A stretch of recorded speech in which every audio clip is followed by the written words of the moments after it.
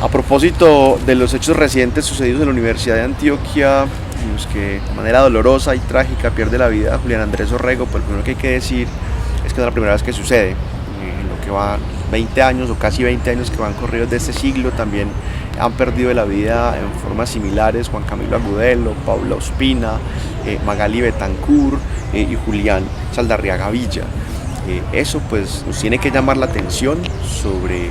lo que sucede en la universidad a través del tropel universitario y en primera medida pues llamar a fortalecer como efectivamente se están haciendo lazos entre universitarios y universitarias y en la consolidación de un nosotros inclusivo,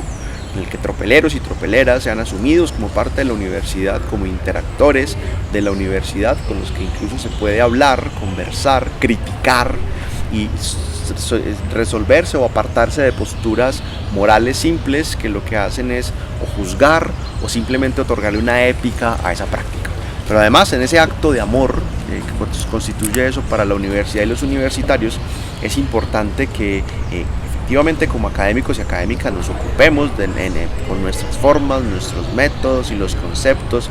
de esa práctica. El tropel tiene que hacer también parte de nuestra reflexión académica, además de política y emocional, como ya se está haciendo. En ese sentido, pues quisiera hacer algunos aportes, uno desde el punto de vista histórico, decir que el tropel no es una práctica de siempre y que por tanto no tiene que ser para siempre. Finalizando los años 70 se empieza a consolidar antes o después mejor de las pedreas, una cosa que se conserva aún en distintas manifestaciones sociales, el uso de la capucha como una respuesta de protección ante el Estatuto de Seguridad de Turbay y la implementación de mecanismos ilegales de vulneración de los derechos humanos, entre otros de los líderes y las lideresas estudiantiles. Es en los 80s que se empieza a dar lugar al uso de armamento popular, como le llaman los tropeleros, a las papas y otros explosivos pues, que han sido utilizados en el contexto de estas manifestaciones. Y esto, pues para dolor nuestro hoy, se consolidó como una práctica en los 80s y 90s hasta este nuevo siglo, y desde ahí pues es necesario tratar de observar algunos asuntos para buscar salidas. Uno, desde el punto de vista sociojurídico, tiene que ver con que pues la violencia en los movimientos sociales no es exclusiva de la universidad. Otros sectores, otras expresiones, en otros lugares del mundo hoy mismo se están manifestando violentamente sectores sociales inconformes.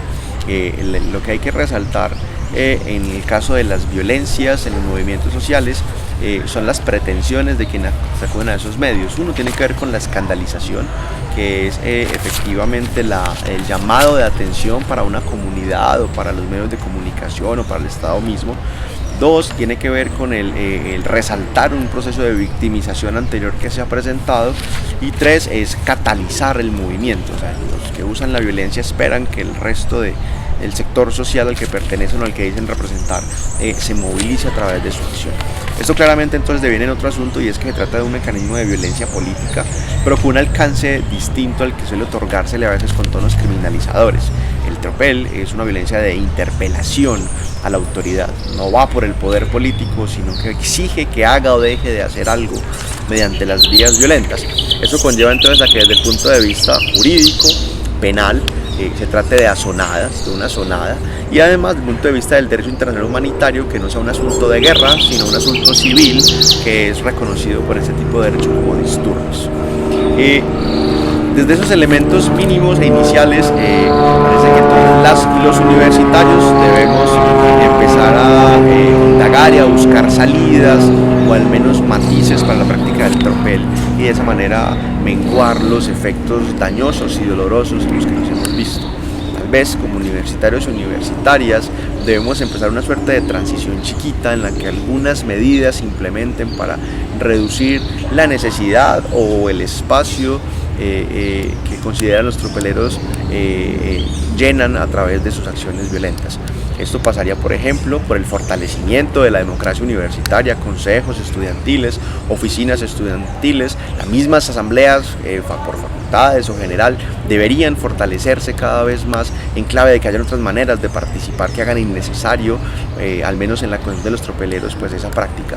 Y lo otro tendría que ver también con hacer algunos acuerdos que vayan dando lugar, unos acuerdos si se quiere humanitarios, como por ejemplo que los tropeleros se comprometan a dejar de usar los explosivos en el contexto de sus manifestaciones. Y más allá incluso que